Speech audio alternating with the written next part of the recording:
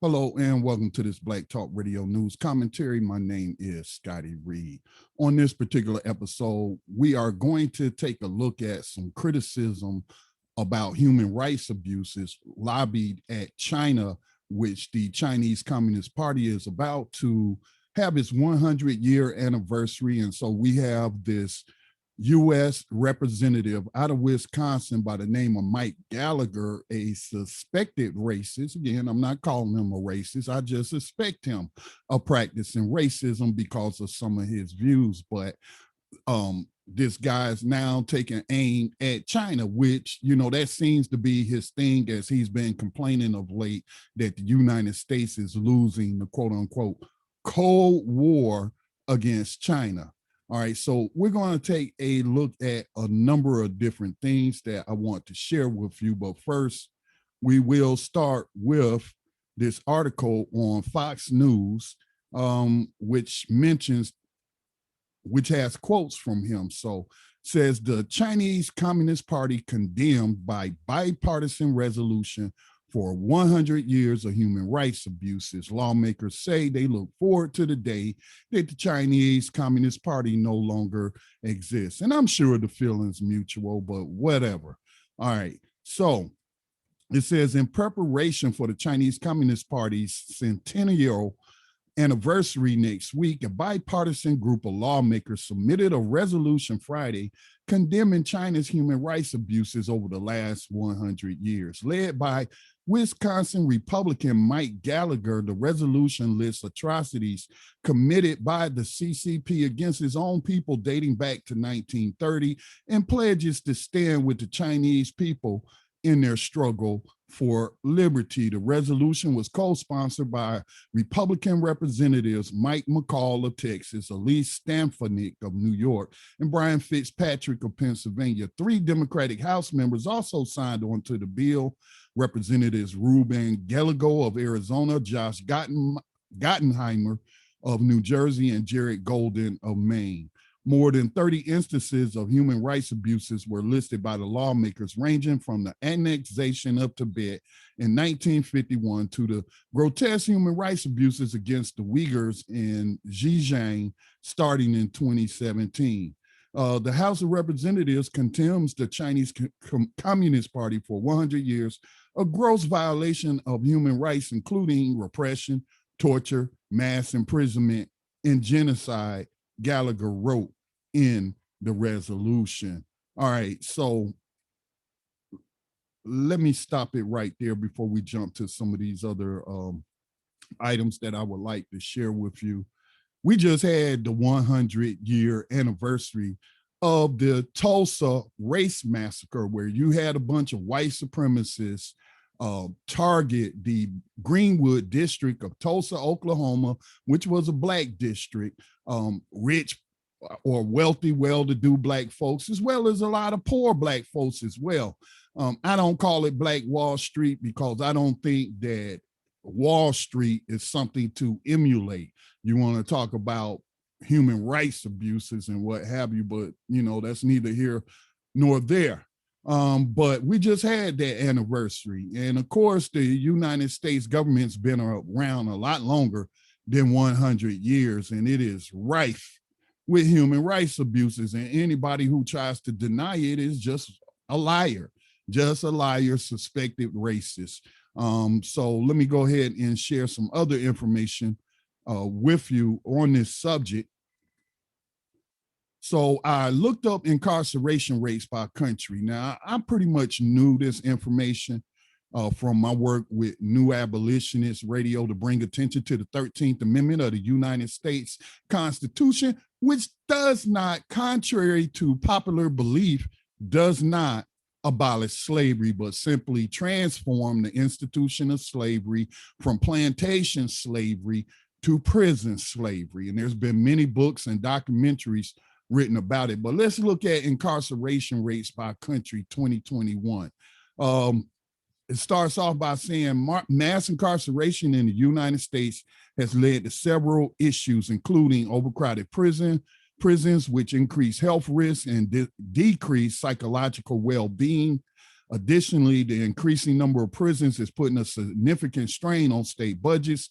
Prisons must control and administer all aspects of life for inmates, which lengthy and costly list of necessities, not that they're getting everything that they need. And I don't think China has privatized prisons, which we have in the United States and have had them for quite some time. Prisons must control and administer all aspects of life for inmates, which lengthy and costly list of necessities. Prison costs include adequate security. Nope, we hear a lot about the insecurity of these prisons, food, terrible food, recreation and educational opportunities. Some prisons do, some prisons don't. Infrastructure maintenance, you got a lot of prisons that don't even have, as we're experiencing this heat wave, they don't even have central air or air conditioning. I just heard a representative out of Texas last week talking about we don't want any air conditioning in our prisons. Mind you, that extreme heat leads to what? Heat stroke and even death. So again, just the audacity of the hypocrisy of some of these United States representatives. Let me go on. It says the United States is the world leader in incarceration, despite the national incarceration rate being at its lowest in 20 years, with about 25% of the world's prison population being in the U.S. The United States currently has over 2.1 million total prisoners. The prison population in 1972 was 200,000, almost 2 million less than it is today. So where does the United States rank in comparison to China in the incarceration rates? Here we have the top 10 countries with the highest incarceration rates. And of course, the United States is number one, followed by El Salvador, Turkmenistan, Thailand, Palau, Rwanda, Cuba, Maldives, Bahamas, and Grenada. So where does China with its 1 billion people rank? And by the way, Louisiana and Oklahoma has the highest rates in the United States. Louisiana, a few years ago when I was doing the research, had 7 times the prison population of China. And China has 1 billion people. There's not 1 billion people in the United States, period, let alone Louisiana. So there's United States at prisoner rate of 639 per, I think it's 100,000, something like that. Yeah, per 100,000. So they lead the world in that. Where is China? We got to keep scrolling down, keep scrolling down. Let me keep going. Here we go. Where is China? Where is China? I know China's on here. How far behind the United States is the question.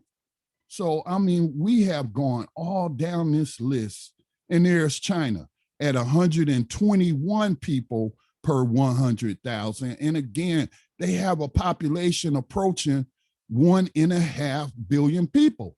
And they don't lock up people like the United States. Again, China, 121 per 100,000. We go all the way to number one, and we see the United States at 639 per 100,000. Now, he wants to talk about torture.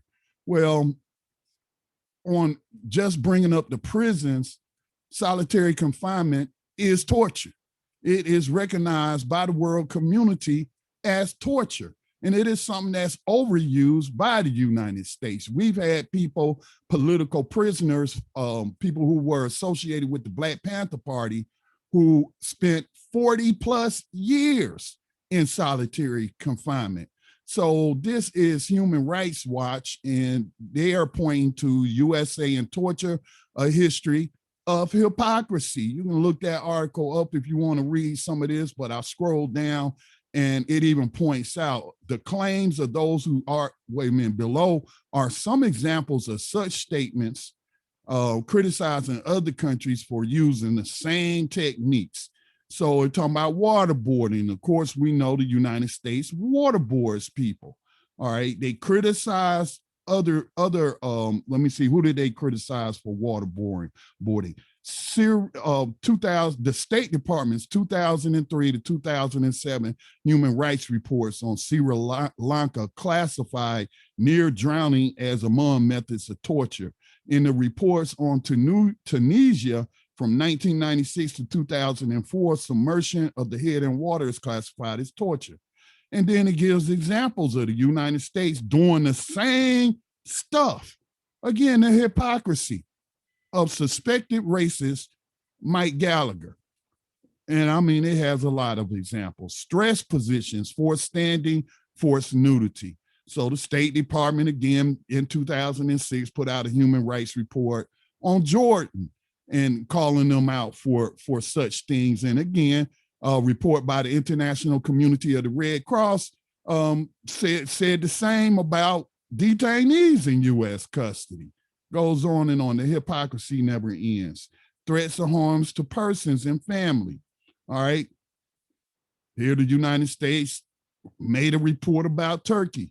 And then, according to a 2009 CIA Inspector General's report, during interrogations, the CIA debriefer put an unloaded semi-automatic handgun to detainee Abd al-Rahim al-Nashiri's head and also turned a power drill on and off to frighten him while he was naked and hooded. All right. They also made threats against his family. All right. So again, the hypocrisy of the United States don't stop. Sleep deprivation, use of loud music. They criticize Indonesia, Iran, Jordan, Libya, Saudi Arabia, and Turkey when they were doing the same thing, as you can see here. All right, so goes on. Prolonged solitary confinement in small space. Well, we don't have to look at just detainees and the so-called war on terror. We could just look to the prisons, as I was speaking about, solitary confinement being viewed as torture. And, it just goes on and on with these examples. All right. Now, they want to talk about political repression. Here's a book about political repression in modern America from 1870 to 1976. All right. So it said Robert Justin Goldstein's Political Repression in Modern America provides the only comprehensive narrative account ever published of significant civil liberties violations concerning political dissidents since the rise of the post-Civil War modern American industrial state. A history of the dark side of the land of the free. Goldstein books covers both famous and little-known examples of government repression, including reactions to the early labor movement, the Haymarket Affair, Little Red Scares in 1908, 1935, and 1938 through 1941, the repression of opposition to World War I, the 1919 Great Red Scare, the McCarthy period, and post-World War II abuses of the intelligence agencies. Okay, so a person who reviewed the book, I want to scroll down and because it'll give you a little bit more detail about what's in this book. What this person had to say. So this person, How the U.S. Tramples Dissent, reviewed by Eric Rutter on December the 14th, 2001. They're talking about page 9.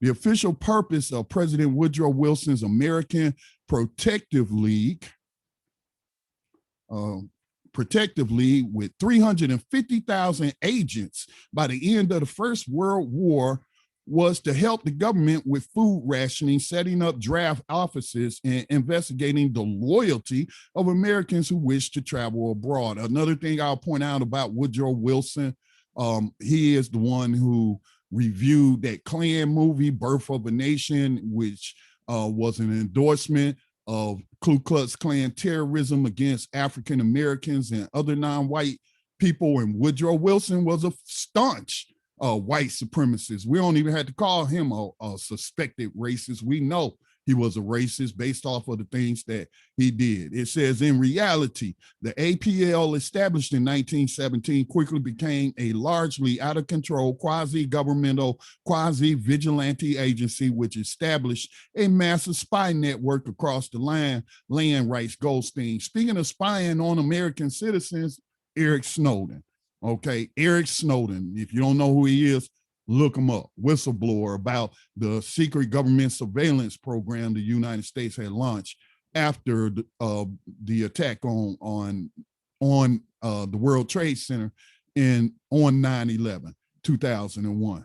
Let me see. APL agents bugged, infiltrated, disrupted, and attacked radical organizations and union meetings. Not surprisingly, as Goldstein points out, the head of the APL urged his chief lieutenants to obtain financial support from leading businessmen, who usually are the ones benefited in a property sense by the protection afforded by our organization. Okay, goes on to say, but the APL was just a warm-up for the Palmer raids, named after Attorney General A. Mitchell Palmer, which began in late 1919, led to the roundup of thousands of immigrants and the forced deportation of hundreds on the grounds that they were quote-unquote communists. That's political repression. All right, that's also xenophobic repression. Palmer laid the groundwork by stoking panic and racist fears of alien filth. Like U.S. Attorney General John Ashcroft today, Palmer issued warnings of violent attacks against the government, which never materialized. The Palmer raids happened in the midst of massive strikes in the steel and coal industries, and meant that thousands of strikers were arrested on minor charges such as laughing at police. In the end, they targeted the remnants of the industrial workers of the world and the newly founded Communist Party. In one day in 1920, 5,000 to 10,000 Communist Party members were rounded up in 30 cities. Okay, so again, if we have so much freedom and we're free from repression, what's all this political repression simply because you identify with a particular politics? Okay, communism, socialism, whatever. They have always used that as a boogeyman to justify their racism, xenophobia, and other repression in the United States. Says Goldstein's books is an exhaustive accounting of the U.S. government's history of repression, from putting down the greatest labor uprisings of the 1870s, especially look at West Virginia, when those coal miners went to war with these people, to the FBI infiltration and decimation of Black revolutionary groups and peace organizations in the 1970s. So one of those groups will be the Black Panther Party, where they tried to frame, did frame some, others were found innocent of the charges, but they also assassinated many leaders in the Black Panther Party, not to mention the government